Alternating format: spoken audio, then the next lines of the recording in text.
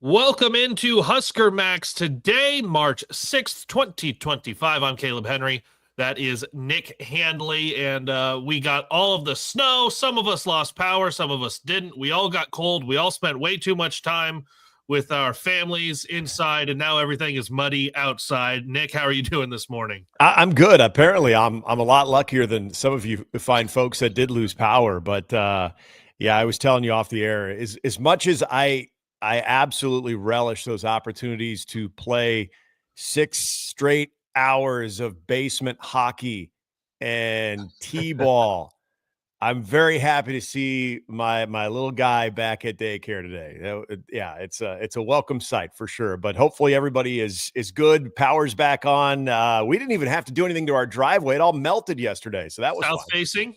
Yes, we are south facing. Yes, That's the move. That's the yes. move. Yeah, we weren't so lucky. The previous home we had were north facing, so that was one of the things we're looking. We're like, you know what, this is kind of a sweetener. We're south facing, and we've already reaped the benefits of that early on. Wonderful, wonderful. All right, well, we got a wonderful show for you as well. We're going to talk about Nebrasketball's bubble, both for the NCAA tournament and the Big Ten tournament. Speaking of the Big Ten tournament, Husker women's hoops on a roll into the second round after a victory yesterday. Alexis Markowski continues to be absolutely dominant. Both softball and baseball have their opening weekends at home because the schedules have shifted around. We'll look at where those schedules are. Also, a major hit to Nebraska baseball's pitching staff. We learned that news this week, and we also got a chance to hear from a few more of the new Nebraska football coaches earlier this week, including a lot of energy from one man coming up from Kansas City. But let's start with baseball, Nick, because that was an area that you had talked quite a bit about, the pitching depth for this season, on who is going to work themselves out as the Sunday guy, and then who is going to, however it got worked out, become that Tuesday or Wednesday midweek kind of, they're the stud at the midweek. Right. Well, now things have to get shifted around because Mason McConaughey did have a season-ending injury from that Sam Houston contest this last weekend. And I think there's no positive to this, so I want to make that very clear. As far as Mason McConaughey, we know the type of player that he is. We know the type of just overall performance that he can bring you every Friday that you need to have out of your Friday guy. I mean, he's got powerful stuff, but he also has good command. He was ready to have a breakout season on top of what was a very, very impressive season last year for Nebraska. So everything that Mason brings, you check so many boxes that you want to get out of your Friday guy. Mm-hmm. The thing about going into conference play this weekend, and I still think that this is going to be a little bit more of a truncated schedule. We haven't heard anything official yet, but tomorrow just doesn't look great. Saturday seems to have a pretty open window, less wind, sunshine, temps near 50 would be a lot more ideal than what the forecast is thrown out tomorrow, but that's neither here nor there. I just think that you get into a situation now with this coaching staff. I think after what happened last Friday when Mason comes out, I think they were hoping for the best, but they were prepared for the worst. Yeah. And this is college baseball. This happens to teams all across the country. Will's been a part of this. Rob Childress has been a part of this. Lance Harvell's been a part of this. Mike Sirianni's been a part of this. This entire staff understands it. And so you've always got to have a backup plan. If there was one strength about this staff, was always going to be its depth, and maybe the most important part of the depth would be creativity. Now, you have guys that have hybrid roles, or at least come in with hybrid roles that can either be out of the bullpen, can give you short relief, long relief, high leverage, or on the occasional, if you get in, say, a regional situation to where you're playing a bunch of games and you're fighting for your collective lives and you need to throw a guy that's not necessarily a traditional starter, it's the teams that do have guys that aren't, their arms are conditioned to where they can do something like that. And this is where I do think Nebraska is fortunate to have those options. The question is, what are those options going to be? And are you kind of back to square one when it comes to figuring out how you want to go about this? I said it earlier in the week.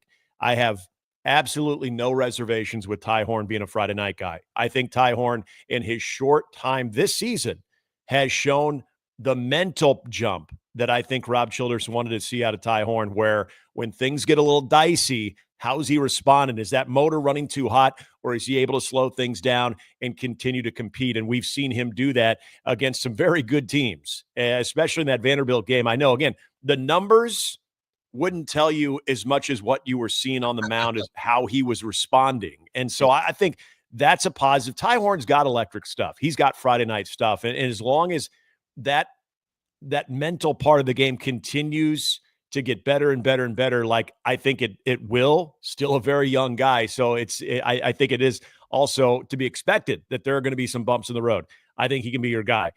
How do you want to go about Saturdays? How do you want to go about game 2? Because as we know, that game 2 can be the all-important game 2, where you have a chance to get the 2-game series win, or you're trying to even the series up so you can force a winner-take-all game 3. That Saturday role is extremely important. And so you've got guys with experience. Will Walsh has a wealth of experience on the mound, where he has given you some very good innings. I mean, to the point that we've even seen it this year, where he's been able to shut teams out. I mean, just really handcuff them. Sometimes, though, gets a little fine, elevates that fastball a little bit, becomes very hittable. Same thing with Jackson Brockett. When Jackson's throwing strikes, and not only throwing strikes, but commanding the zone, he is a very, very tough person to get a read on if you're in the batter's box. So those are two obviously great options. You would think you would go Ty Horn and then some type of combination between, okay, Jackson on Saturday, Will on Sunday, or Will on Saturday, Jackson on Sunday. But let's open this thing up a little bit. Who are guys on this roster right now that could also be into that? Because you got to find a midweek guy now too. Yeah. So who are some of those guys that could potentially be a candidate to either be a weekend guy or to be someone that, okay, now if we're going to rely on Jackson Brockett and we're going to rely on Will Walsh to occupy the weekends, who is going to be that type of guy you can have in the midweek that you can trust him, which was obviously a problem last year for Nebraska. I think there are some candidates. And there's one guy that I think would be more of a in case of emergency, because they love the role he's in right now. But as effective as Luke Broderick is as a closer, Luke Broderick was a starter last year at Iowa Western. Luke Broderick had great numbers last year at Iowa Western. He's not so far along in the process of being the closer to where you would think that arm is still conditioned if need be. Now, again, I say that thinking if you tried some other things and they didn't work, there is that one to fall back on, because his slider is as good as I've seen, at least on this staff. He is nasty, and he's got a good fastball to complement it in the low mid-90s. So there's good stuff there. Another guy that continues to really intrigue me, if he can just get in the strike zone. Again, another younger guy, but he has got a full ceiling of potential, and that's Carson Yassa. I mean, we're talking about a guy that can hit 97, 98, and he can do it regularly. If he is getting that over for a strike, complementing it with the curveball, there's a Carson Yassa potential there too. A guy that, again, if you're just looking at it from a stuff standpoint, that's there. Jalen Worthley is another guy that I love his role. I love his high leverage relieving role. He's hasn't necessarily had that game yet where you're like, damn, there it is. But he competes. And that's the thing. If you look at Jalen Worthley right now, he's a 1.69 earned run average. But if you ask Jalen Worthley, have you been throwing your best stuff? Do you feel like you've really been in control out there? He'd tell you no. And so if that guy can do that just by competing, as they always say, a starter is going to have his best stuff maybe 1 out of every 5 appearances or every 5 starts. So how do you get outs? How do you get wins? How do you make that a good start or a good appearance? Well, you compete, and Jalen Worthley does it as good as anybody. There's another guy. I'd hate to lose him in that long relief, high leverage role. But then you also look at another guy who has a similar role, but also has starting experience in Drew Christo. And Drew Christo is another guy that has really worked well with Rob Childers and really, again, trying to attack the strike zone. So those are some guys that I'm curious to see if their roles change at all. And then I would even look at some of the freshmen that we have seen some good stuff out of so far. Bryce Bender, still like him better as a reliever because of that arm slot. Comes at you sidearm submariner. He's another guy yet to allow a run. Got hit a little bit more contact this past weekend, but still like what he possesses. Colin Novacek's another guy that has come in, and all he's done, come in, throw strikes, and he's been effective. Another guy that I really do like, just haven't seen enough of him, and you don't want to put him in a position to where it becomes overwhelming and he loses confidence, is Blake Encarnacion from Texas, a freshman, another guy that's got a lot of potential. There is a lot of explosive stuff there. It's just putting it all together at the college level. So there's some young guys there as well. And then, hey, if push comes to shove, you have another starter who has had mixed results but is not going to be afraid of the moment, not going to feel overwhelmed by the moment if he has to start, and that's Caleb Clark. Caleb Clark has been a starter for Nebraska too, and going into the season, they're really happy with what he can, the types of roles. And again, it's more of a hybrid role that Caleb Clark can give you as a lefty. One more note on Mason McConaughey, because he was preseason Golden Spikes Award watch list, preseason All-American, and just the 5th Husker in school history to record 90-plus strikeouts and come back for the next season. A couple of those names include Komine and Chamberlain. Yeah. Like those are big names that you are mentioned alongside. And obviously, he's not the only one on the staff who's done anything historical. We all know Jackson Brockett in the no-hitter last year. And then the redemption for the K-State hitters this past Sunday, the avenging game for the Wildcats. But when you look at this staff, and there's a lot of potential that I hear you keep talking about. There's a lot of, can they get to this area? You knew really where Mason was. How does that for you change how you view the ceiling for this team? Because you haven't even gotten to Big Ten games yet. So it's you're starting with a blank slate, game one of Big Ten conference games, potentially tomorrow, unless Friday gets moved, because softball moved everything off of Thursday and Friday as well. So potentially for baseball to move off of Friday. But this weekend for sure, you're 0-0. You didn't go halfway through the league expecting what you had. You're starting over fresh. It's a great point. It's a great question. I think that's what this staff, without question, is going to miss the most. Is there's something about, if you're playing shortstop, if you're playing second, if you're playing center field, left, right, even if you're Hogan Haligzo, the catcher, Will Jeske, you're going into each game when you have your ace and a guy that is proven, like Mason McConaughey, that he can get out of some of the tightest jams. He can get you off to a great start. All of the effects of that, you just play better when your guy's going. Defensively, you're a lot more slick. You know what to anticipate. You know when a ball's coming your way. There's a lot more rhythm. There's a lot more bounce in every one step. It's a mental thing without question. And then when you see your guy go into that first half inning and he just deals, then that momentum carries right into the dugout. And we've seen when this team has gotten off, LSU excluded, when this team has gotten off to a very good start, that's typically been enough for them to get to the finish line. So you do lose a lot of those aspects with a guy like Mason McConaughey. He means so much to this team, other than the fact that he can throw 95. He's got good stuff and he's got draftable stuff. What he means, his presence on the mound, it's a major loss. There's just no sugarcoating that. And again, you feel awful for him because this was going to be a huge year for Mason McConaughey. So then that brings up the question. So now who do you trust? In my mind, and that's the question for Rob Childress, because I think when Rob speaks of these guys, and this is what I love about Rob Childress, is he doesn't sugarcoat things, but he always is a glass half full type of guy. He looks at the type of potential, because I think Rob has confidence in his ability, and he should, to be able to get that type of the best out of those guys and to see it more consistently. And I think we've seen examples of that already with guys that have really fought to find the strike zone consistently, that are doing it better than they were before. I think Drew Christo is another one of those guys. Yeah, there's times that he gets a little sideways at times. It still does happen, but not nearly as frequent as it did before Rob Childress was his primary pitching coach. And that's not to say Jeff Christie wasn't doing a good job. It's just Rob Childress's experience where he can step back, look at someone, look at some mechanical things, and also look at some mental approaches when it comes to how you want to handle hitters. So I think this is going to be a major task for Rob Childress to say, this is the guy that sets us up the best, And this is the guy that can come in and get us that decisive game 2 performance that this team is going to need, whether it sends a rubber match scenario on Sunday or it allows us to win the series before even playing on Sunday. I think there are candidates for sure, but as far as who do you trust the most right now, I brought up 2 guys that I would trust the most that are actually relievers.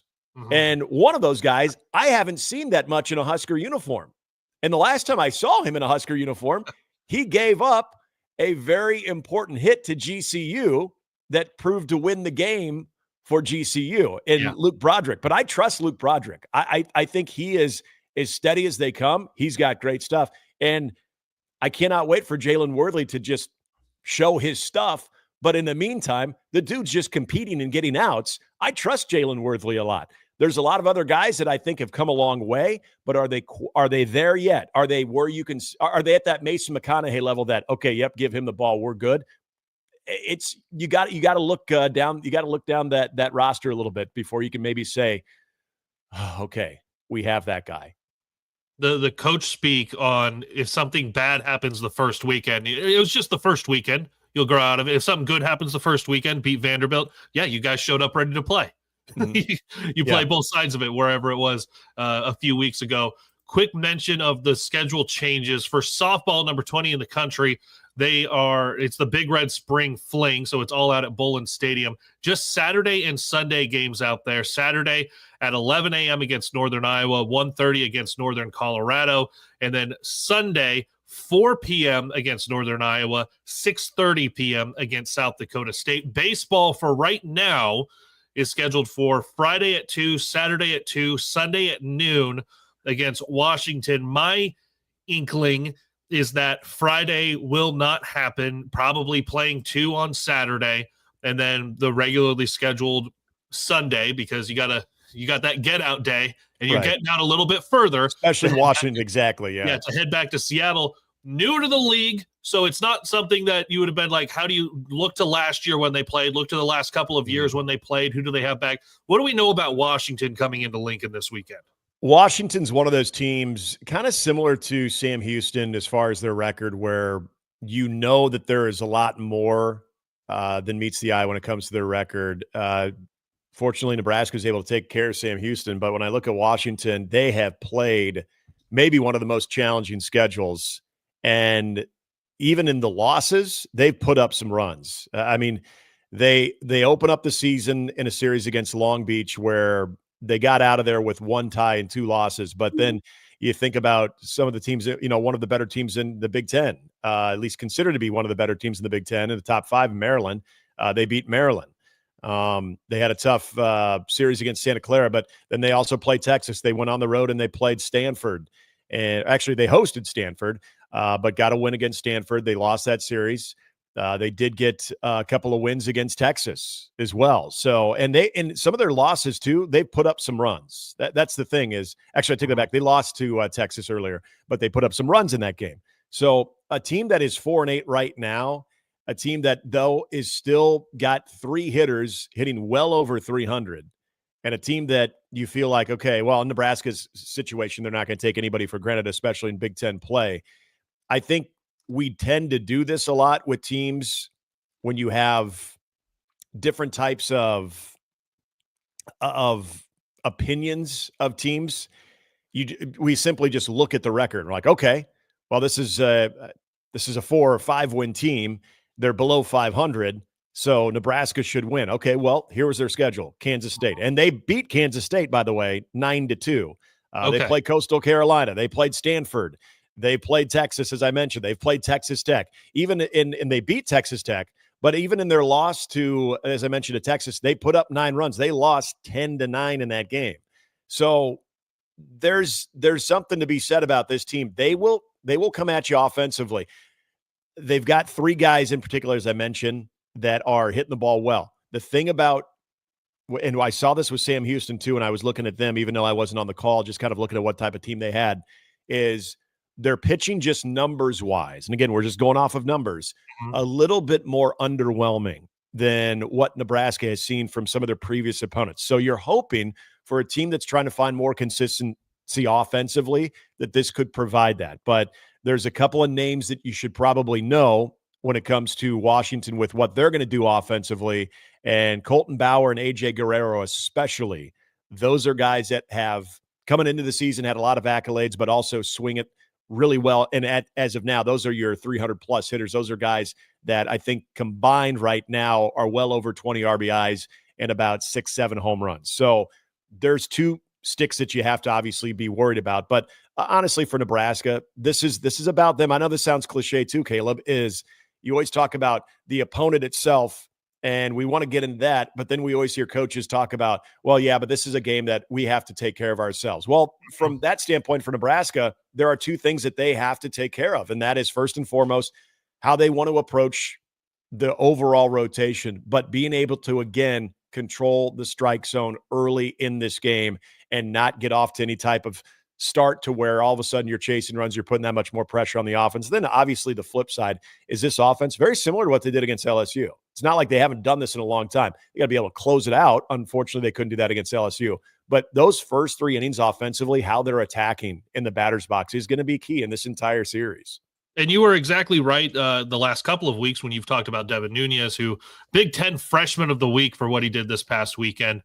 We talked a little bit more about that on Monday, but the league also recognizes what the stellar freshman in Lincoln has been able to do.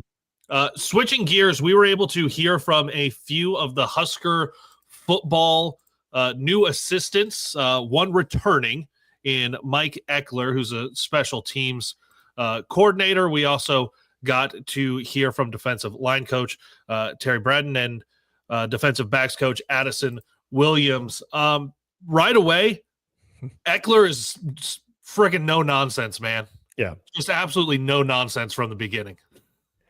He is, and there was nothing that he had to say that surprised me in the very least, because when we talked about this, Kaleb, when you and I were talking about this, I think it was one of our first times together, and we were talking about, hey, they got Eckler. What does this mean? And the first thing we talked about is the infectious energy that we knew he would bring. And I think everybody starts with that, and that's a good place to start. I don't want to say people forget how good Tennessee's special teams was under his watch, but it was, in case you forgot, because it's easy to get caught up into his time at Nebraska, syncing with that Bo Pelini staff, listening to former players that played under Mike Eckler and that were around him that have said nothing but great positive things about him. And of course, we love to hear that, especially in Nebraska, because we love hearing former coaches or people who actually live here or lived here in the state coming back. But let's look at just the football part of this hire. It's a damn good hire for what Nebraska needs in special teams. I don't care if he is the most boring, soft-spoken, you can barely understand anything he's saying type of guy. If that guy's an ass kicker on Saturdays and that phase is an ass-kicking unit on Saturdays, great. The fact that he gives you a good soundbite, the fact that you are going to see him sideline to sideline at any practice that anybody has a chance to see, that he will probably have the most energy that anyone is going to be bringing. To me, there is a plus side to that part of it, because I've talked about this a lot. For guys that are going into college football that feel like they want to at least have a shot at playing professional football, they're looking at it at the offensive side of it or the defensive side of it. How do you get those guys that can be absolute studs? How do you get those guys excited about special teams?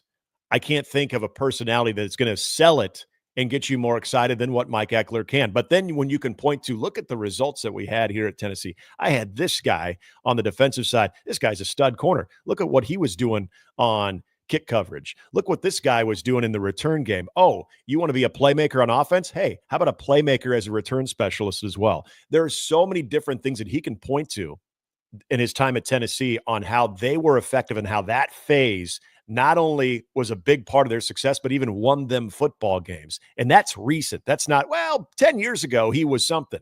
So I think this is, and hearing him talk validated it even more, how comfortable he's going to be in these surroundings, but also in what I think is a very pro outfit. I think this Matt Rule coaching staff and the way Matt Rule does business, much like you're going to see college football having to do business all throughout the country, I think that excites him as well, that you're doing this in a very business-like approach, very pro-like approach, but also there's that Matt Rule, hey, we still do value family. We want to be that family. I think it's kind of the best of both worlds for Mike Ekeler. He gave us a nugget on Tuesday that his last 5 return men are in the league. Yep. So he talked about how it's definitely not, it doesn't matter what Nebraska did in the transfer portal. And Nebraska's got some guys who are going to definitely be competing for both punt returner and kick return. And Nebraska has not done well in either of those for several years. As a matter of fact, has hurt themselves more in the return game than has helped themselves. So for him to bring that up, I go, okay, some of that is just having a dude. Some of that is scheming where you're getting everyone to fundamentally line up. Yeah. Like when you set up that wall of blockers, well, the guys have to go do that. When you bring a punt block, the guys have to go do that. You have to scheme that up. So some of it's scheme, a lot of it's his enthusiasm, and a big part of it also is having dudes. He talked a lot about how Nebraska has the speed. He's coming into a place with a lot of speed. So put speed all over the place on a return game, there's the potential for good things to happen. Obviously, he's also got to work out the place kicking game. In particular, not so much the misses, because you're going to have kickers who are working with just the kicking stuff. It's the rest of the operation. Right. It's yes, the operation is key. Not letting people get through to block it. I think he's going to be key in that aspect of it. And then on the punting, same thing. You can tell the guy where to punt. The punter's going to work on that part of it. But it's the scheming. It's recognizing, like the Rutgers game, for example. They had 2 guys lined up on Nebraska's gunner on the far side, and one of them started sliding down. And in the booth, I start going nuts. I go, block, pump block, pump block. And I'm sitting there, and nobody else is reacting. And what happens? He runs free, and I'm like, guys, if I can see this, and I'm not some kind of football savant. I've watched a lot of football. I love college football especially, but I'm not watching it 12 hours a day like this coaching staff is, okay? Right. If I can see it sitting in a similar situation, somebody else should be able to see it. And I know Matt Rule brought it up in that post game that, they saw it happen, and ultimately that opened up a fake punt a little bit later. So phenomenal call. Way to go, Ed Foley, with changing things up later. But in the moment, you'd like to not have that punt get blocked. Did anything stand out to you from hearing the other couple of coaches talk? Yeah, so the Terry Braden hire, I thought kind of similar with the Mike Ekeler hire, that we all latched onto one thing. And I think for Mike Ekeler, we latched onto, well, maybe 2 things. Former staffer for Bo Pelini and a guy from Nebraska, and also that energy. And then as you hear him talk, you get a chance to hear more about the things that he's been a part of. And the Tennessee run that he had at special teams, which was so successful, kind of knew about that. But I think there's always sort of the headline, if you will, that comes to these coaches. I think Terry Braden, I think one of the big headlines was, well, he was on the Chiefs staff, and that championship pedigree there, championship culture. So obviously he's going to be able to bring stuff like that. The thing I really liked about hearing from Terry Braden is, and isn't this kind of a trend with Matt Rule staffers, is these guys are just want to be coaches. The Terry Braden teachers, teachers, and where they started and where they are now. And I love when he was talking about when he was a high school football coach / athletic director at like 24 years old, and then just started to take the step each way up to where he is now, and then to be a part of the defensive line for the Kansas City Chiefs and to see that operation. Yeah, there's a lot there, but he just seems to really eat up just the idea of coaching, teaching, the mentorship when it comes to what you can do to guys on the field. But why college is maybe such a great fit for him is being able to mentor them off the field as well. And that to me seemed very heartfelt. His energy as well. We talk about Mike Ekeler's energy. God. Terry Braden's got a lot of them. Those two might be duking it out a little bit on who's being accused of drinking the most Red Bull that day. There was no walk in, get set up. he started talking 3 feet before he got to the mic. Yeah, let's go. Hey guys, happy to be here. Really appreciate everything I got from the Kansas City Chiefs. Love Matt Rule. Glad I'm here. I was just like, oh man, hit record. Yeah. Like everyone there said, I want whatever's in his coffee. Right. Because it wasn't just energy, because sometimes we can talk about that and it's energy just for energy's sake. But he had energy with a purpose. Yeah. He wasn't there just to talk loud and fast. He was there to say specific things. And I really appreciated that from him, because he talked a lot about being a teacher. He talked a lot about how in the professional game, most of those guys are pretty refined. Yeah. In what they're doing, in their stance, in their get off, in their moves, whatever they're doing. He really likes the teaching part in the coaching ranks, where it's, this guy is super raw. Right. And he's 18, 19 years old. You can work with him from the ground up. I know they made the change this last fall to giving us just coordinators only and the head coach during the season. Man, I'll call it right now. If we can get Braden, he is going to be the favorite coach to hear from anytime we get him, because I very much enjoyed it.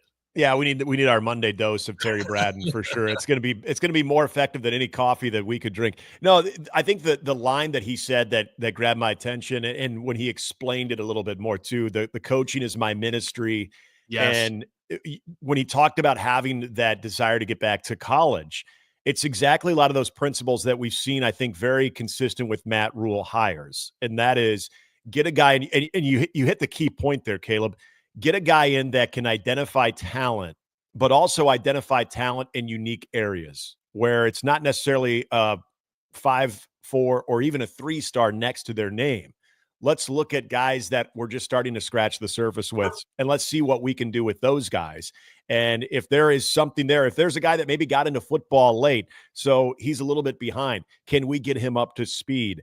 And I just feel like that has been the real consistency with Matt Rule hires, even some of the newer guys, and Braden being one of them, that he's looking for that commonality of guys that really embrace the getting into the dirt of this thing and being able to teach. And I think that's what I like hearing about Braden, is the thing that he mentioned more than anything is the teaching part of the college game, why he wanted to get back into college, because, the pro game, it's more refining things, fine-tuning things, looking at maybe a slight technique thing being off here or there, especially at the defensive line, as opposed to college, where you might get an absolute just piece of clay that you get to mold into what you want, or at least at the college level, someone that comes in with a lot of ability, but maybe doesn't have a lot of structure or direction. A lot of those NFL players, they come in, they already have that structure. There's already that routine because you're part of a franchise. There's investment into you. Well, in college, you're trying to get there. Even though there is investment in there, you're trying to still be able to identify, develop, and get those guys to the next level. And that's what I thought. I thought Braden he hit so many good points, and just was another reminder of what Matt Rule's looking for when it comes to position coaches or coordinators. And the other one that talked on Addison Williams with the secondary, I think there's a lot that the secondary has done well over the last few years. There's also a lot of times where you just go, man, Nebraska's secondary got beat. And you're like, the secondary got beat. And that happened enough times, especially on third downs. And I think Williams talked about third down. I'm pretty sure someone asked him a question about John Butler's defense, and John Butler had worked with secondary guys as well. So I know that there's going to be an emphasis on third down, especially third down and long, when you know it's a passing situation and your secondary is going to be up against it. And it's interesting because there have been moments, and this goes back to, Tony White would say this all the time, of if you went to his first year, and this was early last year when the defense was getting, it was at its peak when it was getting the type of praise it was. And that was after the Colorado game. And everybody just saw that defense swallow up a very explosive Colorado offense.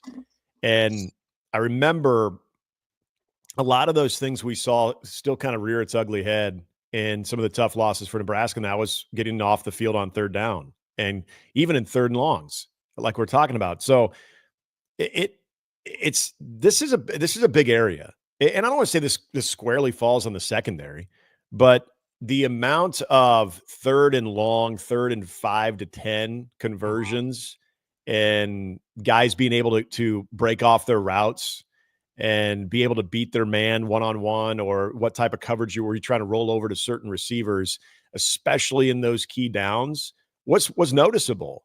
And the thing that I find interesting, anytime you bring in a new coach, a new position coach, but you look at what he can do with a group it's got some experience, but I don't know if you would agree with me on this one or not, Kaleb. Don't you feel that this secondary, its ceiling lies on guys that haven't even really played more than a couple of quarters? Caleb Benning's one of them. It's young guys.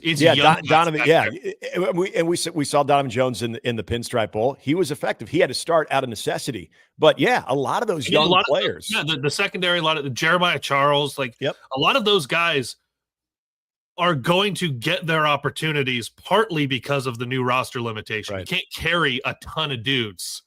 So if you're on scholarship and you're there and you've been here more than a year, you got to get on the field and produce. Yep, you're going to have a role, and that's why I thought.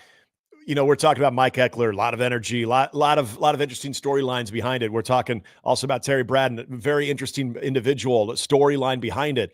But when you think of the secondary, it might be the most important hire right there, given where this defense needs to be, because that defensive line, even though there is some experience, it's still rather young experience. So some of those guys, their most impactful moments were as true freshmen like Riley Van Poppel and Cam Lenhart. So this defense in each wave and at each level is going to have some some growing pains, but also some very interesting moments. That secondary, though, and how you want to rotate guys, how you want to introduce, especially some of those young guys, into the fold. This might be one of the more important hires on that side of the football. Very much so. And I think we're going to get Matt Rule next week as they get rolling into all of the spring stuff and the spring event coming up April 26th. Still want to, and we're going to talk about Nebraska men's basketball, where they are in the bubble, also for the Big Ten tournament. But the women in the Big Ten tournament absolutely rolled on day one. Shot 55% from the field, made 13 threes, beat Rutgers 84-60. That is now a few 20-win seasons for Amy Williams. That's now multiple years going where they've got at least a win in the Big Ten tournament. This team was, I believe, on the bubble as a first four bye. They're in. You've got into the Big Ten tournament. Yeah. You've got 20 wins. You were over 500 in league play. This team is into the NCAA tournament, and there's still work that they want to get done this week, in particular, taking on Illinois today, and then seeing how this can play out over the next couple of days.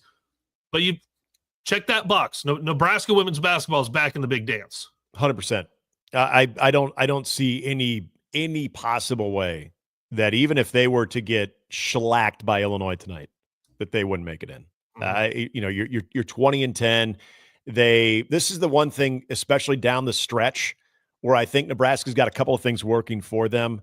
Even if they were to have a little bit of a slip up, even last night, I thought after they beat Northwestern that they were 95% in. Now, if they would have gotten smoked by Rutgers last night, a team that's obviously struggled a lot, okay, maybe there would be a little bit of uneasiness come Selection Sunday. But when I look at Nebraska right now, that injury situation, I still think is going to be a big part of their case. And so I always felt like Nebraska, if they were on the bubble, squarely on the bubble where you can make a case for or against, I always thought the injury thing was going to help them. That despite these devastating injuries, and even the ones that were short stints, like the Britt Prince, the way that Amy Williams has navigated this team through all of that to a 20-win season is extremely impressive. And I think there would have been a response kindly to that one.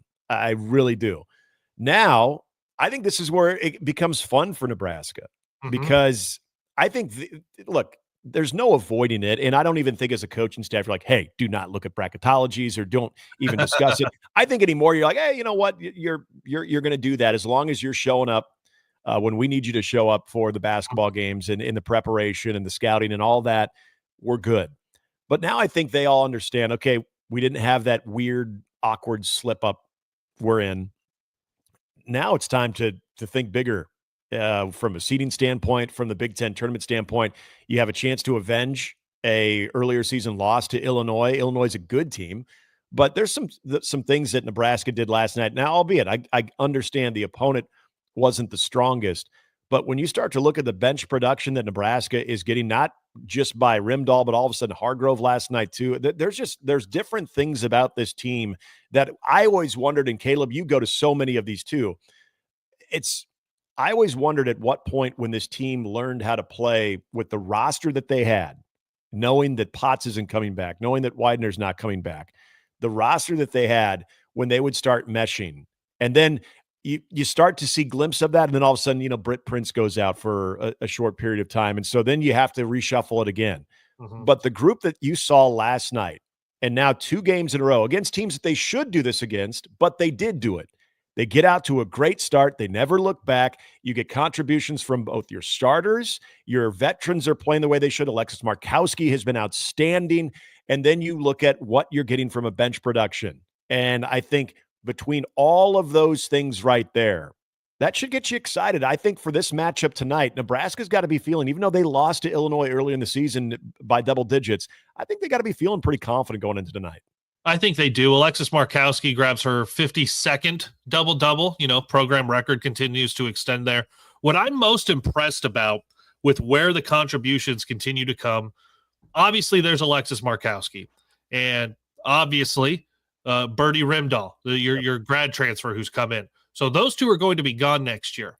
And you get minutes from Kendall Coley and Kendall Moriarty. Those are a couple of your seniors. They'll be gone next year. A lot of the names that you said, Petrie, Nisley, Callan Haig, obviously Britt Prince, Petra Bojan, who hit a 3 yesterday, the heir apparent to Alexis Markowski inside. They're all back. And other than Haig, they're back with multiple years. Yeah. On top of Natalie Potts next year and Allison Widener, hopefully all rehabbed and ready to go and get a full season in before she's out of here. That's next year. But it's so impressive to see what Amy Williams has done with this team. And I remember when Potts went down, my initial thought was the ceiling on this team is bubble. The ceiling on this team is bubble. You're hoping to make the NCAA tournament. Yep. I think they're squarely in. ESPN bracketology as of this morning has Nebraska on the last 4 byes still. By the way, along with Oregon and Indiana, and Washington and Minnesota are on the last 4 in. ESPN is projecting the Big Ten to get 13 teams in the women's tournament. But I think this is one of the best coaching jobs. And Matt Coatney said it the other day. This is one of the best coaching jobs Amy Williams has done with meshing all of this talent in a way that you didn't anticipate before the season. Yeah. And also, like, Amy Williams' daughter wasn't even playing this year. And that's someone who definitely could have contributed had she been healthy because of the guards and the wing losses of Widener and Potts. So you go into today, it's a 5:30 tip on Big Ten Network against Illinois. Obviously, you want to win the game. You want to keep advancing. But I think this team is, depending on the matchup, they've got a chance to get a win, potentially 2, get to that second weekend in the NCAA tournament. It's so matchup dependent, right? The NCAA tournament. They didn't match up well a couple of years ago against Gonzaga. That was just really rough for them. Last year, they were able to go 1-1, get into the second round. I'm interested to see what those matchups do look like for this team, because I'll just say, if they win 1 game, well, even without winning it, I think this is the best coaching job Amy Williams has done. But if they win a game in the tournament, this is far and away the best coaching job Amy Williams has done in Lincoln, with so much potential coming back for the future. Yeah, Cody brought up something earlier in the week that I thought was right on, but it also, I think it furthers your point and your opinion, which I agree with, of the job that Amy has done, and that is, you lose a player, an all-everything player like Jazz Shelley from a year ago, So you're already wondering, okay, how are we going to regroup? Who's gonna step up and be that type of player for us? And then right out of the gate, you're hit with the Natalie Potts news. And then shortly after that, you're hit with the Allison Widener news, which I think really affected this team from the standpoint of, yeah, okay, on the court, but also from the overall human perspective of, my gosh, can this girl just please get a positive break? And so you know how close that team is and that staff is. And so to navigate through all of that, not just trying to replace a player that meant so much to your team for so long that just unfortunately didn't have any eligibility left, but then you get hit with those injuries. So how do you not only keep this team together? There's the schematics of it. There's okay, what is our lineup going to look like? Where we're going to get our points? Where we're going to make our defensive stops? But also keeping this team's heads where they need to be throughout the season. And that's, I think, also to say the tough times that they had, where they had a couple of short losing streaks. How do you get them out of that? Because you can hit that losing streak at some point and it can spiral where you can't find yourself back out of it. And all of a sudden you've played yourself out of the NCAA tournament. And I know we're going to probably get to one of those teams that might be doing that right now, but that's a lot tougher than what people would think, where, oh, well, they're good players. They'll just figure it out and they'll get that one win. And all of a sudden the light switch goes on. That's not necessarily the case, especially when you've dealt with some of the hardships when it comes to the injury bug that this team has, on top of losing your best player from a year ago because she just graduated. So I think Amy understands the right buttons to push when it comes to this team. And when we think of how these coaches really know their players and know how to go about motivating them and know how to keep them grounded when they need to be grounded and to lift them up when they need to be lifted up, I think Amy Williams continues to prove that she does that as good as anybody. Now, talking about one of those teams potentially having played themselves out of the NCAA tournament, the ESPN bracketology has not updated since Nebraska played that Tuesday game. Yeah. Got down big again. Yep. Climbed all the way back. It goes to overtime. It goes to a second overtime. And ultimately, it's a 116-114 loss. Bryce Williams with 43. That is a single game program record. I think he would have traded in not having that record for making that second free throw at the end of regulation. And you don't know if Ohio State gets a better shot. Right. Knowing that you have to get a shot off instead of, okay, we can go to overtime. There's a lot can change. I understand that. But 100 times out of 100, you take Bryce Williams at the line down one with mere seconds to go. Like you absolutely take that. And Ohio State went 1 for 2 at the end of the first overtime. You had the same situation come up twice. It was very weird. But Nebraska had its opportunities late. There's I talked about it on the watch party. Well, we talked a lot about it on the watch party once I got my power restored and I was able to jump back on with those guys. The officiating was very questionable in a lot of very key moments. Yes. A lot of very key moments. There should have been at least one, if not two, technical fouls. There should have been two. The intentional foul on Bryce Williams, which was a 4-point possession for Ohio State. You got the foul on Aaron Eulis instead of the violation on the inbound in the second overtime. And all of those, you don't know how things play out if those calls are made. I get that. Even the very last one there. You don't call a foul on Eulis, you call the inbound violation or whatever it's called in the rule book. Nebraska still has to make a 3 down by 3. But that's still different than there being a foul and Bryce Williams hits a 3, but you're down by 5. It's still very different. There's still a chance. It felt like at times the chances were taken away from Nebraska, and in other moments it felt like Nebraska didn't take advantage of the chances they had. I think that's absolutely fair. I think you have to start off with what you just ended with. The opportunities that presented itself for Nebraska, especially at the end, that they unfortunately did not take advantage of. The officials, I'm with everybody on that. The technicals, yes, they should have been called. Two of them. Yeah. I mean, it's called all the time in basketball. You cannot spike the basketball I don't care if it's Thornton. I don't care who it is. You can't do that. That is called all the time. But the one that if I had hair, I would have been pulling it out was what should have been the inbound violation. Yeah. You can move 3 feet. I think you have a little 3-foot window there. Yeah. But my God, I mean, that was more than 3 feet. And it was so obvious because there's an official right there. The guy that hands the ball to him is right there. He's supposed to be watching that. My problem is not necessarily, well, that lost the game for Nebraska, because I don't believe that. I truly don't believe that. But these are the guys that are officiating big boy basketball, big college basketball, and miss that many, what I think are elementary calls. You're missing that many. That staff hopefully had a very, very, very, very serious talking to from their supervisors, because that was an atrocious showing. And I'm sure there were probably things that went against went against Ohio State that we're not even talking about too. I'm not trying to say this was slanted all against Nebraska. I don't want to make it, they're against Nebraska. No, these were just basic calls that were missed. And that's unfortunate, especially when you have two teams that are playing for their tournament lives, that you have to deal with that. At the very least, the last thing I wanted to hear about was any type of officiating presence in this game. And unfortunately, it is part of this game. Now, having said all of that, what happened again, Kaleb? Nebraska, as you mentioned, they dig themselves in a deep hole. They're cold shooting in the first half. Bjorkengel is nowhere to be found offensively.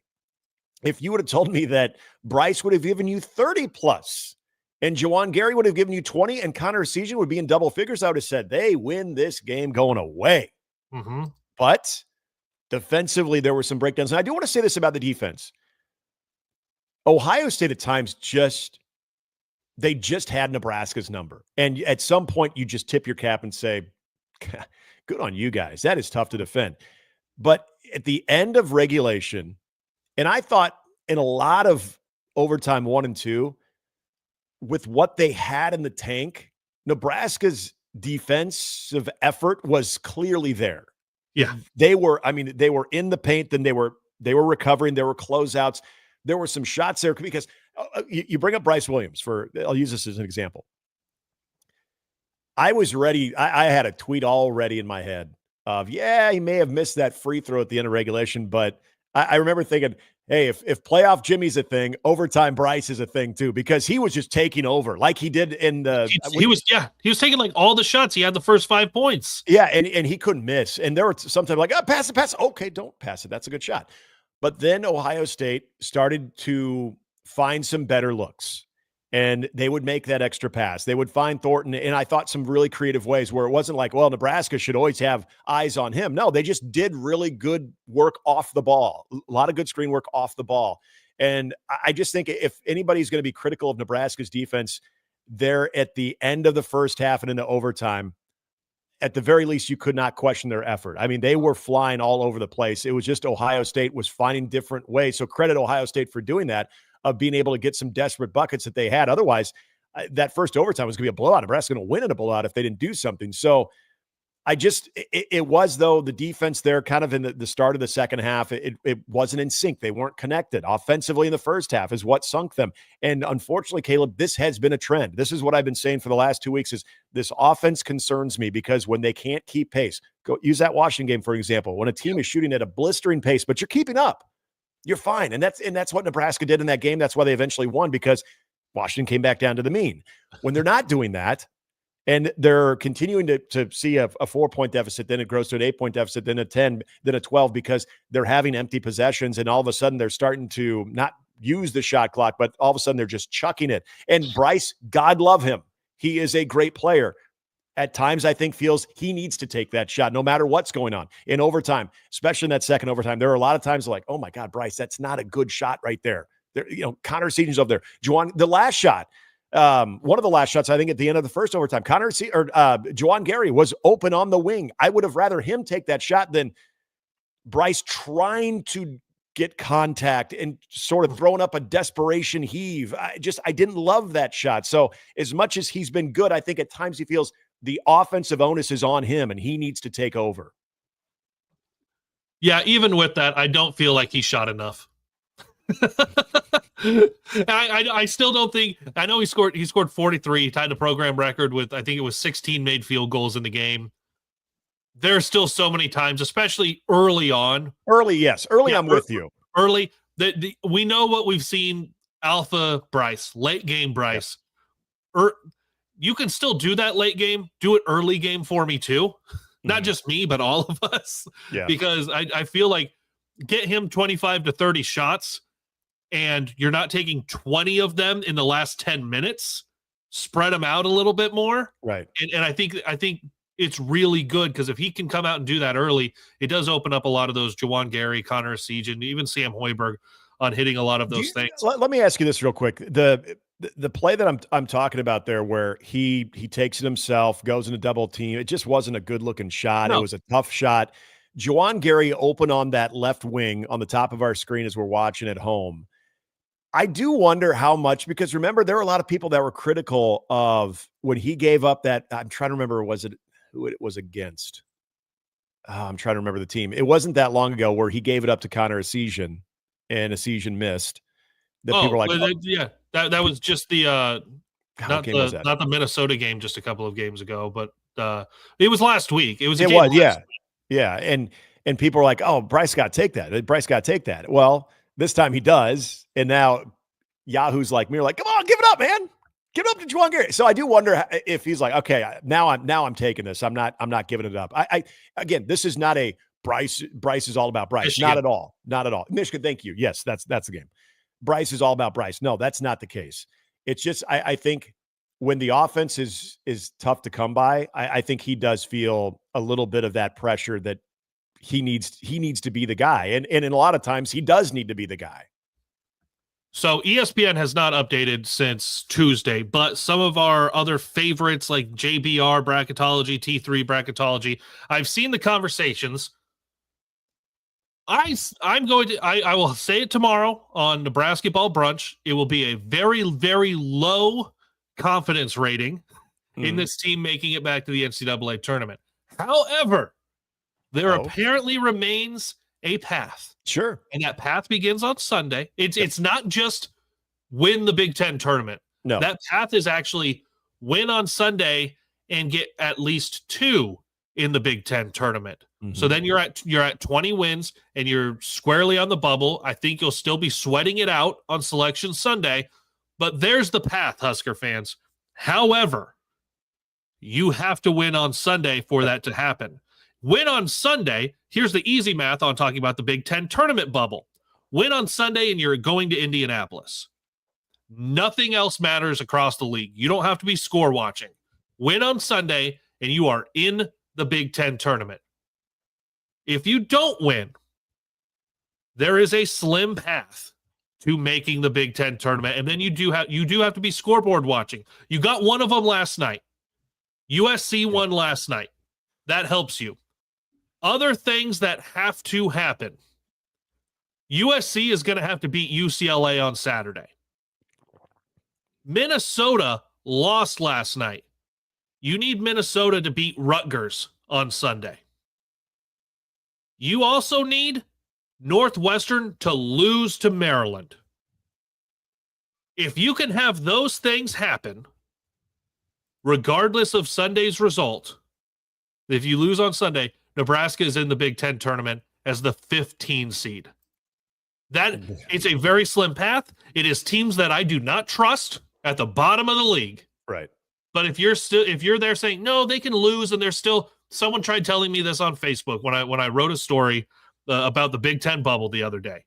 No, Nebraska, even if they lose Sunday, they're likely in. I'm sorry. Nebraska has lost 4 in a row. That would be 5 in a row. Right. At the very bottom of the league. You'd have to win the conference tournament. Yeah. So, in talking about being in the Big Ten tournament, the Nebraska would be in if they lose on Sunday. There are so many pieces have to fall into place. And yes, you got one of them last night. But if you're going to start banking on all of these pieces in this final weekend, you're not going to play in Indianapolis. By the way, Nebraska, the last time didn't play in a conference tournament was 1976. That was the last year before they started playing the Big 8 tournament. I looked it up. So easy math, easy for everybody. Win on Sunday, and you're going to Indianapolis, and you're leaving yourself a little bit of that door cracked open to still go to the NCAA tournament. Yeah, because I feel like most bracketologists, when Nebraska loses their percentage, obviously, I think on Bubble Watch went down to 25% of making the tournament, but 25% still gives them a puncher's chance if they win, and they have to. They've got to win on Sunday, but regardless of whether you want to see this team in the Big Ten tournament, of what scenarios could play out or not. If you're going to make anything short of having to win the Big Ten tournament, you've got to win on Sunday. If they win, though, what that percentage looks like, because it does seem like people continue to gravitate to Nebraska. I'm still looking at certain smaller brackets or bracketologists that maybe don't get the same type of run as a Lenardi or a Jerry Palm that still have Nebraska as an 11 seed playing in the play-in game, playing out in Dayton. And that is after the loss to Ohio State. Yeah. Shelby Mast, Bracket Wag, is one that has Nebraska still in despite the recent struggles. I just feel that a lot of the bracketologists, and if they're in sync with the committee, they just want to see something here in the last week from Nebraska. Yes, just give us something to validate why we want you in the tournament. We know that your fans will travel and everything, but we can't do this if you keep losing freaking basketball games. And that one on Tuesday was such a gut punch, because it did feel like everything we're all consumed with right now of Nebraska either making it or not making the NCAA tournament. That was a hell of a game. That really was a hell of a game. And Nebraska did a lot of good things there too. Not only get back into the game, but eventually take the lead. What they were doing in overtime, as I mentioned, there was some real good effort on the defensive side. And to fall short, that to me was such a gut punch. If anybody but Iowa is coming to Pinnacle Bank Arena, I would be really worried about how Nebraska responds. The fact that it's Iowa, and given not only the rivalry part of it, but what happened in Iowa City where Nebraska let one get away, there is no way this team should be still licking their wounds. Senior Day, Sunday, 11:30 a.m. tip from Pinnacle Bank Arena. Pack that place. I will be there. This team wins, and there's that hope. It's the hope that kills you, as they say in Ted Lasso, but it's also that hope that keeps you going. In the NCAA tournament, the committee wants to see a pulse. So let's hope Nebraska gets a little bit of a pulse at Pinnacle Bank Arena on Sunday. Nick, you have a great weekend. We'll be back again to chat a whole lot of baseball. Have fun out at Haymarket Park. Stay warm if they do make you do anything on Friday. Softball out there at Bowling Stadium for their Big Ten opener as well. And we'll be back Monday right here on the HuskerMax YouTube page, 9 a.m. We'll see you there. Go Big Red.